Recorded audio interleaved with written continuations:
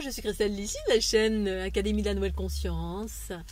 Je vais vous parler aujourd'hui de une petite technique pour modifier en fait tout ce qu'on ne souhaite plus dans notre vie et pour aller vers ce qu'on souhaite. Alors il y a mille et une façons bien évidemment. Ça parle d'un travail de développement sur soi, travail pour pacifier les blessures, pour se libérer de tous les conditionnements.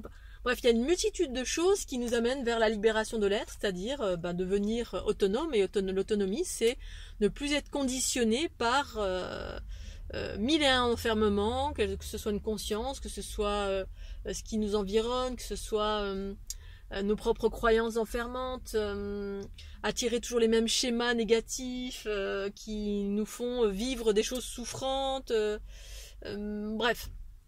Donc je vais vous parler de moi, bien évidemment, comme d'habitude, vous offrir ma conscience, mes expériences. Si cette vidéo vous plaît, pensez au petit pouce bleu, c'est très important. Donc à un moment donné dans ma vie, effectivement, ça a été j'ai traversé des périodes un peu compliquées. Des périodes de changement, où j'avais envie de changement, et en matière de travail. Au niveau de mon travail, au niveau de ce que je voulais réaliser, ce que je voulais, ce que je ne voulais plus. J'ai toujours été là où ça me faisait plaisir en fait. J'ai eu une vingtaine, peut-être même une trentaine d'emplois différents. Je ne sais plus combien exactement, mon CV est très très grand. Tout simplement parce que j'ai toujours fait ce que j'avais envie de faire, plus ou moins on va dire, avec mes possibilités, mes capacités, m'adapter un petit peu aux situations et puis autant que faire se peut, faire des choses qui me plaisaient. Puisque c'est mieux de faire des choses qui nous plaisent. Donc vibrer, ou même par curiosité, de me dire tiens ça peut être pas mal. Et puis à un moment donné j'en ai eu assez, à force d'expérimenter et de me rendre compte finalement que au terme de plusieurs expériences, d'un cumul de nombreuses expériences, il y avait une chose qui était redondante. Et la chose redondante, c'est que c'était de se rendre compte que finalement il y avait beaucoup employeurs qui exploitaient les employés. Alors ça évidemment c'est l'histoire de l'humanité. D'une façon générale, c'est en train de se modifier progressivement. Avec un état d'esprit différent où tout le monde est gagnant et qu'il n'y a pas qu'un seul gagnant ou quelques gagnants dans une entreprise avec une grosse part d'esclaves qui travaillent beaucoup pour pas grand chose. Et moi il s'avérait que j'ai toujours travaillé par passion, donc que je sois pas bien payée, je m'en fichais parce qu'en gros je faisais toujours ce qui me plaisait, donc puis quand ça me plaisait plus, je changeais. Donc ça me posait pas de problème. Il y a des moments où ça me posait des problèmes. Au tout début quand j'étais jeune, j'avais 20 ans. Au tout début je me fichais, puis au bout d'un moment je m'interrogeais en me disant mais quand même ça me plaisait ce que je faisais, j'avais beaucoup de vacances aussi, c'était passionnant, j'ai eu plein de métiers passionnants, divers et variés. Un jour je vous raconterai tout ça. Et puis au terme de plusieurs années d'expérience, je me suis retournée puis je me suis dit mais quand même j'ai pas beaucoup d'argent. Parce que j'ai commencé à vouloir voyager, partir un petit peu plus loin que là où j'allais habituellement, puis je me disais tiens c'est dommage, j'ai beaucoup de temps mais j'ai pas beaucoup d'argent. Bref, j'étais pas encore dans l'état d'esprit d'aujourd'hui où en fait je peux faire beaucoup de choses avec très peu d'argent parce que j'avais pas la même émancipation. Et je suis arrivée jusqu'à une année charnière dans ma vie, vers mes 30 ans je crois, où j'ai eu des expériences plus ou moins. La plupart du temps j'ai rencontré des belles personnes dans mes différents emplois, mais j'ai eu aussi des déboires avec des employeurs pas très corrects, évidemment, qui profitent, qui ont du pouvoir sur... mais la plupart du temps, on avait rarement du pouvoir sur moi parce que je m'en allais très vite. Dès lors, on essayait de m'emprisonner, taillot.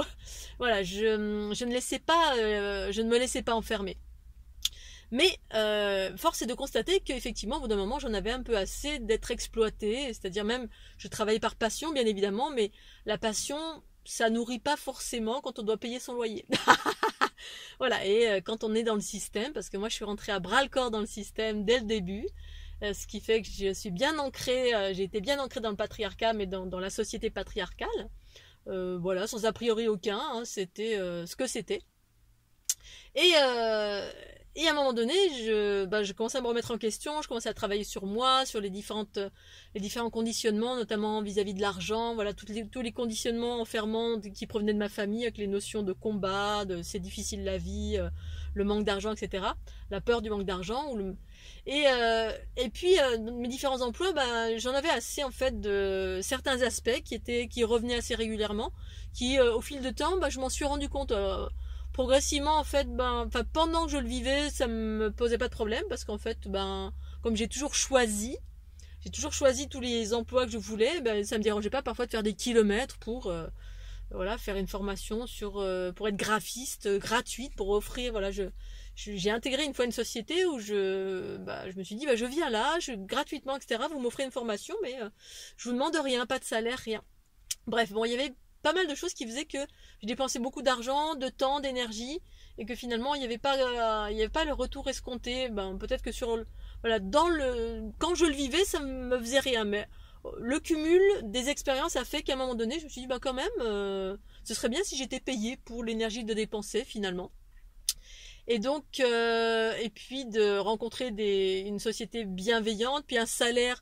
Voilà, j'avais une idée très précise du salaire que je voulais, auquel j'aspirais pour répondre à mes besoins. Bon bref, au cumul de, on va dire, 10 ans d'expérience, d'emploi peut-être, j'ai eu un moment charnière dans ma vie où je fais le point, j'ai une grosse crise, où je reste pendant 1 an pratiquement, ou 6 mois, 1 an sans travailler. Je pars en voyage, je quitte tout, je pars en voyage en Sardaigne, et puis quand je reviens, avant ou après, je fais le point en me disant voilà, je prends une feuille et je liste tout ce que je ne veux plus, enfin tout ce qui est jusqu'à maintenant, voilà, ne convenait plus en fait. Donc ça je veux plus, ça je veux plus, ça je veux plus. Je me suis mise à lister en fait tout ce que j'ai fait pendant durant ces 10 années où je travaillais par passion dans différents emplois. Voilà, où j'ai travaillé dans le médical. Je vais vous dire un petit peu puisque en fait ça vous met en haleine peut-être. Donc j'ai travaillé dans le médical, j'ai travaillé comme agent immobilier, j'ai été commercial. J'ai fait un début de formation en qualité d'enseignante au Club Med de prof de ski. Qu'est-ce que j'ai fait d'autre? J'ai travaillé plein de choses, je me souviens plus. J'ai travaillé dans un bureau d'architecture, je faisais du dessin industriel. Enfin, j'ai fait plein de choses, autant diverses que variées, aux antipodes. Assistante médicale aussi, donc je travaillais au bloc opératoire, voilà, passer le bistouri, les masques, etc. Donc, bref, j'ai fait plein de choses super passionnantes. Et voilà, ce qui m'a donné une expérience. Et au bout de 10 ans, moi, je me suis dit, non, là, ça je veux plus, ça je veux plus, ça je veux plus, ça je veux plus.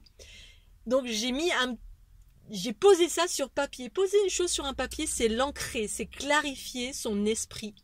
On clarifie son esprit parce que la plupart du temps, on ne sait pas, on se dit, voilà, on est un peu victime, on se dit, oh là là, j'en ai marre des patrons, on passe notre temps à crier sur les patrons, le capitalisme, etc. Alors que pour moi, les choses sont ce qu'elles sont. Il m'appartient de moi aussi d'être patron, et puis mon propre patron. Et puis il y a quelqu'un qui est patron, si c'est pas une grosse société, on va dire, et quand bien même si n'importe quelle société, c'est quelqu'un qui un jour a décidé, a démarré en bas, et a décidé d'être un entrepreneur, et puis voilà.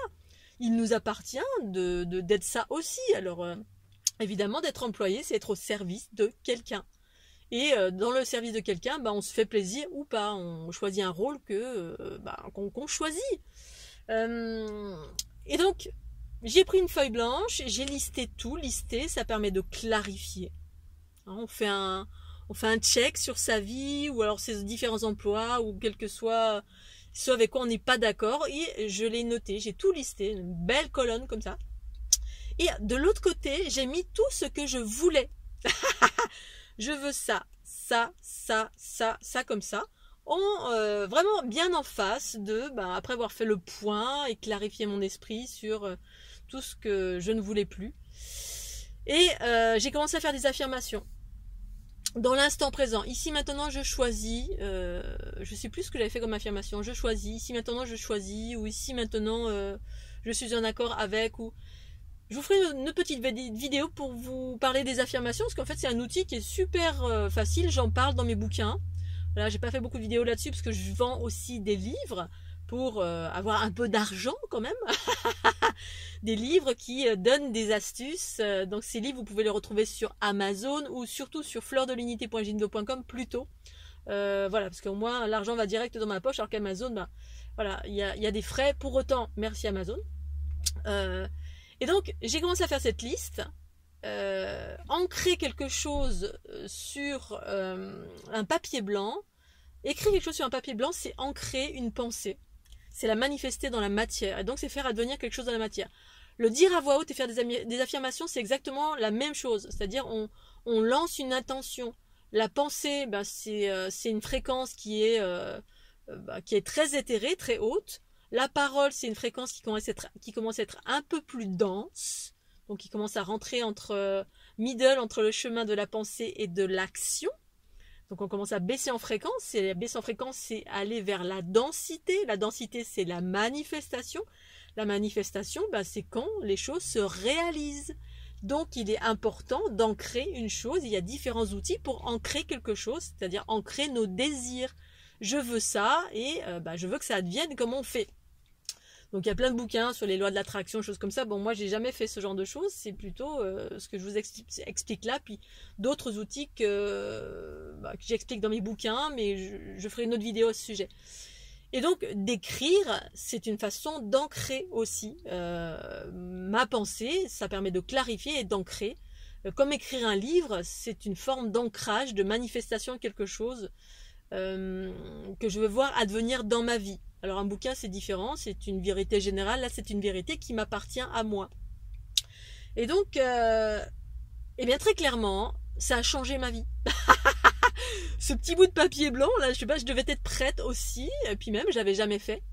Eh bien, tout ce que j'ai noté est arrivé, mais tout.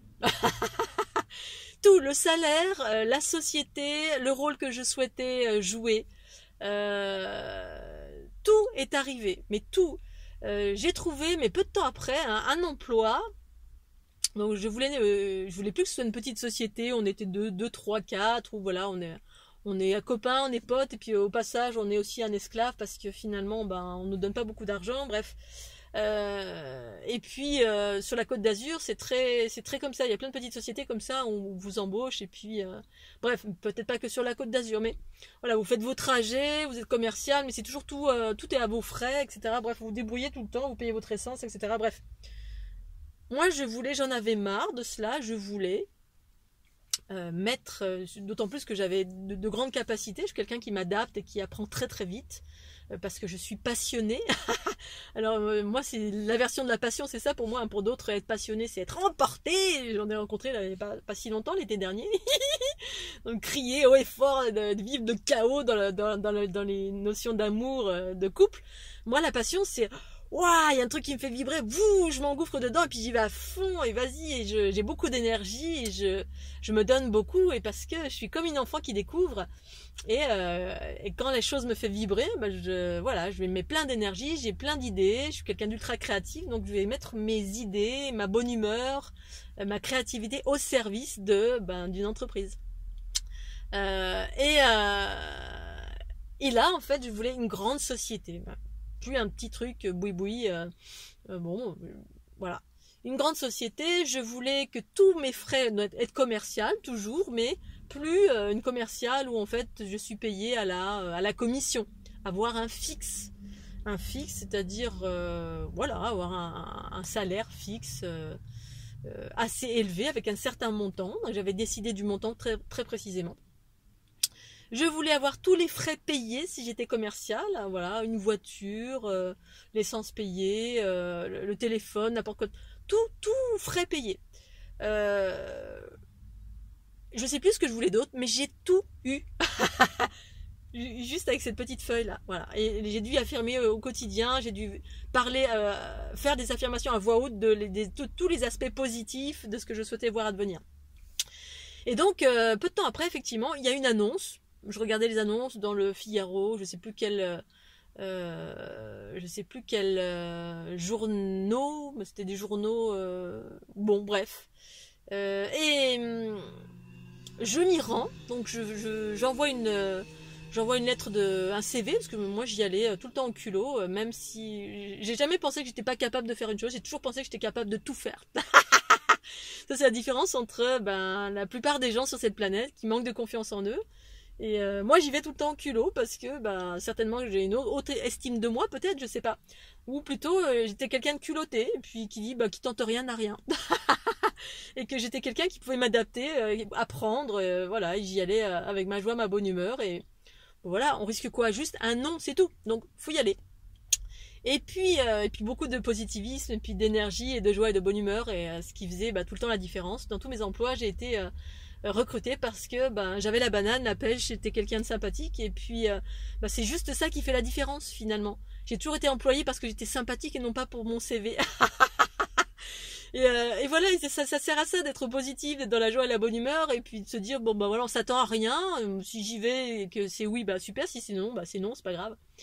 Et j'envoie un CV, j'avais toujours des CV personnalisés différents des autres, avec des illustrations, avec ma petite touche personnelle qui faisait que je me dénotais tout le temps des autres.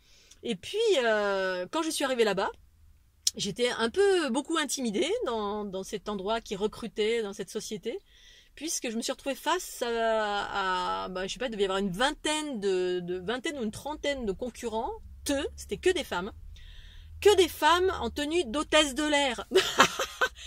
Des top modèles en plus. Alors évidemment, je regardais partout avec des grands yeux écarquillés, je disais waouh, canon, super belle fille. Et puis moi, je me disais oulala, je dénotais en fait, j'étais avec les cheveux en bataille. Bon, j'étais quand même bien apprêtée, mais je me suis jamais sentie étant un top modèle. Enfin, j'ai jamais été tirée à quatre épingles comme une hôtesse de l'air. Qui est toujours tirée à quatre. Et là, on aurait dit toutes des hôtesses de l'air. Je me suis dit, mais je suis à Air France, qu'est-ce qui se passe? On recrute pour le mannequinat. Non, c'était... Ouais, je me suis dit, oulala, bon, la barre est haute déjà physiquement, on verra bien. Et puis, toutes les personnes passent, ça arrive à moi, et donc l'entretien se passe super bien. Je réponds à toutes les questions, et puis là, il y a une question, à un moment donné, une question subsidiaire. Et puis la personne me pose une question subsidiaire. Puis moi j'avais la réponse tout de suite. Je me dis pourquoi cette question? Une question sur un calcul de TVA. Il s'avérait que je venais du monde de l'immobilier et puis je calculais les TVA tous les jours. Différents types de TVA, je savais faire ça. Puisque je pratiquais, je faisais des compromis, des actes de vente. Enfin, bref, je faisais pratiquement le métier d'un notaire parce que j'étais vraiment passionnée. Donc j'ai appris beaucoup dans l'immobilier. C'était vraiment un environnement passionnant. Et donc il me pose la question puis il me dit voilà, t'as 5-10 minutes pour prendre ton temps, repars dans la salle là-bas. Et puis là je lui disais pourquoi il veut que je parte? Je peux vous répondre tout de suite. Il fait non, prends ton temps. Bon je prends mon temps. Puis là, je me suis dit, peut-être je me trompe parce que moi, j'avais la réponse immédiate. Et j'ai commencé à me remettre en question, en me disant, c'est bizarre quand même. Il me dit de partir pour réfléchir. Peut-être c'est pas ça. J'ai commencé à m'interroger, puis à me remettre en question.